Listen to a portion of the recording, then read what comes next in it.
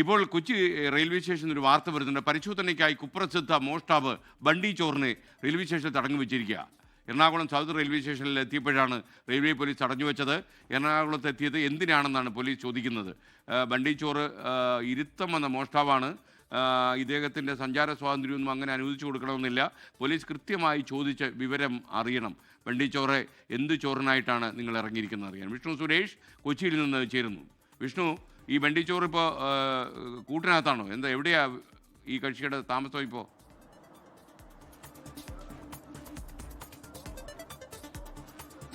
ഇന്നലെ രാത്രി 8:30 മുഹമ്മദ് ഇർഫാൻ ബണ്ടി ചോറ് ഇന്നലെ സൗത്തിലേക്ക് എത്തിയത്. അത് റെയിൽവേ പോലീസിന്റെ കണ്ണിൽപ്പെട്ടു. പിന്നാലെ ഇയാളെ റെയിൽവേ പോലീസ് ഈ കാണുന്ന റെയിൽവേ പോലീസിന്റെ ഓഫീസിലേക്ക് വിളിച്ച് വരുത്തിയിരുത്തി അവിടെ ചോദ്യം ചെയ്യുകയാണ്. എന്തിനാണ് എറണാകുളത്തേക്ക് എത്തിയത് എന്നുള്ളതാണ് പ്രധാനപ്പെട്ട ചോദ്യം. നമുക്കറിയാവുന്നതുപോലെ തന്നെ ബണ്ടി ചോറ് രാജ്യത്ത് തന്നെ ഏറ്റവും പ്രധാനപ്പെട്ട കുപ്രസിദ്ധ ആർജിച്ച ഒരു മോഷ്ടാവാണ്. 700ഓളം മോഷണ കേസുകളിലെ പ്രതിയാണ്. അതിസമ്പന്നരുടെ വീടുകൾ കേന്ദ്രീകരിച്ച് മോഷണം നടത്തുന്നതാണ് ഇയാളുടെ ശൈലി.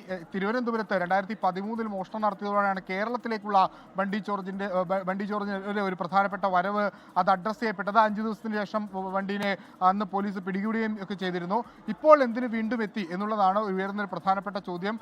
ഇയാൾക്ക് ഈ ക്രിമിനൽ റെക്കോർഡൊക്കെ ഉള്ള പശ്ചാത്തലത്തിൽ അങ്ങനെ പെട്ടെന്ന് വിട്ടു നൽകാനുള്ള ഒരു സാഹചര്യം ഇല്ല. അതുകൊണ്ടാണ് വിശദമായി ചോദ്യം ചെയ്യുന്നത്. എന്തിനെത്തി എന്നുള്ള ചോദ്യത്തിന് ഇപ്പോഴും ഒരു ഉത്തരം ലഭിച്ചിട്ടില്ല. എറണാകുളത്തെ സൗത്ത് റെയിൽവേ സ്റ്റേഷനിൽ ഇന്നലെ രാത്രിയോടുകൂടിയാണ് ബണ്ടി ചോറ് എത്തിയത്. അതുകൊണ്ട് എവിടേക്കാണ് പോകുന്നത്, എന്തിനു വേണ്ടി എത്തി, എന്താണ് ഉദ്ദേശം, ഏതെങ്കിലും പുതിയ ഓപ്പറേഷന്റെ ഭാഗമായിട്ടാണോ ബണ്ടി എത്തിയത് എന്നുള്ള കാര്യങ്ങളിലൊക്കെ ഒരു വ്യക്തത വരുത്തണം. നിലവിൽ അങ്ങനെ അറസ്റ്റ് അടക്കമുള്ള നടപടിയിലേക്കൊന്നും പോയിട്ടില്ല. വിശദമായി ചോദ്യം ചെയ്തതിനു ശേഷം മാത്രമേ അത്തരം നടപടിയിലേക്ക് കടക്കുകയുള്ളൂ. ഇപ്പോൾ റെയിൽവേ പോലീസ് വ്യക്തമാക്കുന്ന ഒരു പരിശോധന എന്ന രീതിയിൽ തടഞ്ഞു വെച്ചിരിക്കുകയാണ്. സംസ്ഥാനത്തെ മറ്റ് പോലീസ് സ്റ്റേഷനിലേക്ക് ഇയാളുടെ വിവരങ്ങൾ അയച്ചു കൊടുത്തിട്ടുണ്ട്. അവിടെ എവിടെയെങ്കിലും ക്രൈം രജിസ്റ്റർ ചെയ്തിട്ടുണ്ടോ എന്ന് പരിശോധിക്കുന്നതിന് വേണ്ടിയിട്ടാണ് ആ നടപടി.